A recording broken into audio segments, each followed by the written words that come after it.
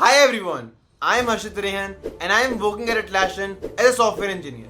And मैंने अपने college time में TCS के NQT एग्जाम के लिए एंड उसके इंटरव्यू के लिए फ्री रिसोर्सेज से ही प्रिपेयर किया था, जिसकी वजह से मैं इस एग्जाम को क्लियर कर पाया था एंड TCS में डिजिटल प्रोफाइल क्रैक कर पाया था। इस साल TCS ने अनाउंस करा है कि वो 40,000 फ्रेशर्स रिक्रूट करने वाले हैं, जो कि एक बहुत ही बड़ा नंबर है एंड इसी की वजह से आपके सिलेक्शन के चांसेस काफी ज्यादा बढ़ जाते हैं। एंड TCS NQT का नेक्स्ट एग्जाम 27 अगस्त को ही होने वाला है, जिसकी वजह से मुझे बहुत सारे स्टूडेंट्स लिंक्डइन एंड यूट्यूब पर रीच आउट करते हैं एंड उनके यही कुछ कॉमन सेट ऑफ क्वेश्चंस होते हैं कि भैया TCS NQT के लिए प्रिपेयर कैसे करें, फ्री रिसोर्सेज से हो जाएगा या फिर पेड कोर्सेज लेने की जरूरत है, आपका TCS NQT and interview experience कैसा रहा, वो कौन से इंपॉर्टेंट टॉपिक्स हैं जो हमें डेफिनेटली प्रिपेयर करने चाहिए and thousands of more questions. So आज की इस वीडियो में हम इन सारे क्वेश्चंस को आंसर करेंगे, जिसकी मदद से आप TCS NQT का एग्जाम अच्छे से क्लियर कर पाओगे and at the same time TCS में बेस्ट प्रोफाइल क्रैक कर पाओगे। Okay, so without much wait let's get started. So सबसे पहले बात करते हैं TCS में डिफरेंट प्रोफाइल्स की। TCS के अंदर जो फर्स्ट प्रोफाइल है दैट इज TCS Ninja। इसके अंदर आपको जो सैलरी पैकेज ऑफर होता है that is 3.5 lakhs per annum and इसके अंदर आपको जो पोजीशन ऑफर होती है that is of assistant systems engineer. And TCS की जो सेकंड प्रोफाइल है दैट इज TCS डिजिटल। इसके अंदर आपको जो सैलरी पैकेज ऑफर होता है that is 7 lakhs per annum and इसके अंदर आपको जो पोजीशन मिलती है that is of systems engineer. इन दोनों प्रोफाइल्स में डिफरेंस सिर्फ इतना ही है कि TCS डिजिटल प्रोफाइल में कोडिंग एक्स्ट्रा होती है एंड इस प्रोफाइल को क्लियर करने के लिए आपको टेक्निकली स्ट्रांग होना होगा। अब अगर बात करें कंपैरिजन की तो TCS digital profile definitely better है TCS Ninja प्रोफाइल से, क्योंकि इसके अंदर आपको बेटर पोजीशन मिलती है, बेटर कॉम्पनसेशन मिलता है and at the same time आपको काफी सारी चीजें सीखने का मौका मिलता है ड्यूरिंग योर जॉब। सो इस प्रोफाइल को क्लियर करने के लिए आपको TCS NQT का एग्जाम पैटर्न समझना सबसे ज्यादा इंपॉर्टेंट है।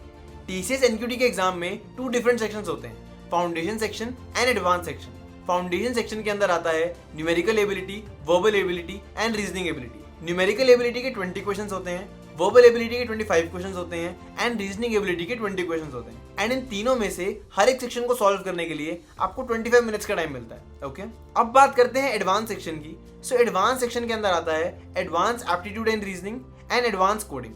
एडवांस एप्टीट्यूड एंड रीजनिंग के आपको 14 क्वेश्चंस मिलते हैं जिनको सॉल्व करने के लिए आपके पास 25 मिनट्स का टाइम होता है एंड एडवांस कोडिंग के आपको 2 क्वेश्चंस मिलते हैं जिनको सॉल्व करने के लिए आपके पास 90 मिनट्स का टाइम होता है। सो इन टोटल अगर हम फाउंडेशन एंड एडवांस सेक्शन के टाइम्स को ऐड करें तो हमारे पास 190 मिनट्स होते हैं TCS NQT के एग्जाम को कंप्लीट करने के लिए एंड इन 190 मिनट्स में आपको अपना पूरा फोकस एग्जाम पर देना है एंड अपना बेस्ट टाइम देकर ये एग्जाम क्लियर करना है। ओके, सो मैंने अपने कॉलेज के 3rd ईयर में TCS NQT के लिए रजिस्टर कर दिया था एंड इसका एग्जाम पैटर्न समझकर अपने प्रिपरेशन के लिए रिसोर्सेज ढूंढने लग गया था। बेस्ट फ्री रिसोर्स जो मुझे अपनी प्रिपरेशन के लिए मिला था वो था एक यूट्यूब चैनल जिसका नाम है प्रेप इंस्टा। इस चैनल पर आपको फंडामेंटल एंड एडवांस दोनों ही सेक्शंस के सारे टॉपिक्स की मल्टीपल वीडियोस मिल जाएंगी, जिसके अंदर आपको उस टॉपिक के इंपॉर्टेंट क्वेश्चन सॉल्व भी करवा रखे हैं एंड उन क्वेश्चंस को सॉल्व करने की अगर कोई शॉर्टकट ट्रिक है देन वो भी बता रखी है। ये सारे क्वेश्चंस एंड शॉर्टकट ट्रिक्स मेरे लिए बहुत ज्यादा इंपॉर्टेंट थी एंड साथ ही साथ उन्होंने TCS NQT के प्रीवियस ईयर क्वेश्चंस भी सॉल्व करवा रखे हैं, जिससे एक आइडिया मिल जाता है कि हमसे इस साल किस टाइप के क्वेश्चंस पूछे जाने वाले हैं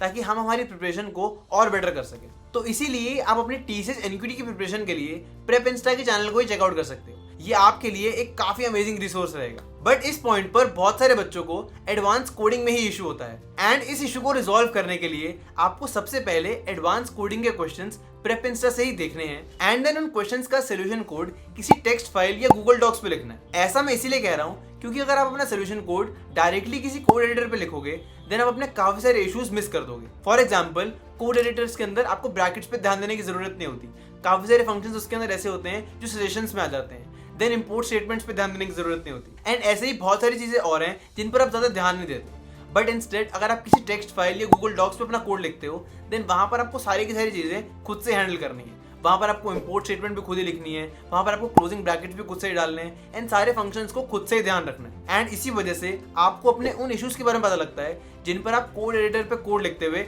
ध्यान ही नहीं देते। एंड फाइनली जब आप TCS NQT का पेपर देने जाओगे देन वहां का कोड एडिटर भी नोटपैड जैसा ही होता है। उसके अंदर आपको पहले से कोई इंपोर्ट स्टेटमेंट्स नहीं लिखी हुई मिलेंगी, कोई सजेशंस नहीं आएंगी फंक्शंस की, क्लोजिंग ब्रैकेट्स भी आपको खुद से ही डालने होंगे एंड इसी वजह से आपका नोट पैड पे अपने सोल्यूशन कोड्स प्रैक्टिस करना बहुत ज्यादा इंपॉर्टेंट है। सो अब ये सारी प्रिपरेशन करने के बाद मैं चला गया था TCS NQT का एग्जाम देने। TCS NQT का एग्जाम आईऑन डिजिटल सेंटर्स पे होता है जो हमें पहले से ही अलॉट हो जाते हैं। तो मुझे जो सेंटर अलॉटेड था मैं उस सेंटर पे गया, वहां पर जाकर अपनी रजिस्ट्रेशन कंप्लीट करी एंड देन फाइनली मैं अपनी सीट पर बैठ गया था टीसीएस एनक्यूटी का एग्जाम देने के लिए। एग्जाम स्टार्ट हुआ, numerical, verbal and reasoning aptitude के जो क्वेश्चंस आए थे उस टाइप के काफी सारे क्वेश्चंस मैंने ऑलरेडी सॉल्व कर रखे थे, तो मैं उन्हें काफी आसानी से सॉल्व कर पाया था। एंड देन उसके बाद मैं बढ़ा एडवांस सेक्शन पर। एडवांस सेक्शन के एप्टीट्यूड में से काफी सारे क्वेश्चंस मैंने सॉल्व कर ही लिए थे एंड एडवांस कोडिंग के थे 2 क्वेश्चंस। इन दोनों क्वेश्चंस में से एक क्वेश्चन था एरेस पर एंड सेकंड क्वेश्चन था स्ट्रिंग्स पर एंड दोनों ही क्वेश्चन इजी लेवल के ही थे। मैंने उन दोनों क्वेश्चंस को कोड करना स्टार्ट करा।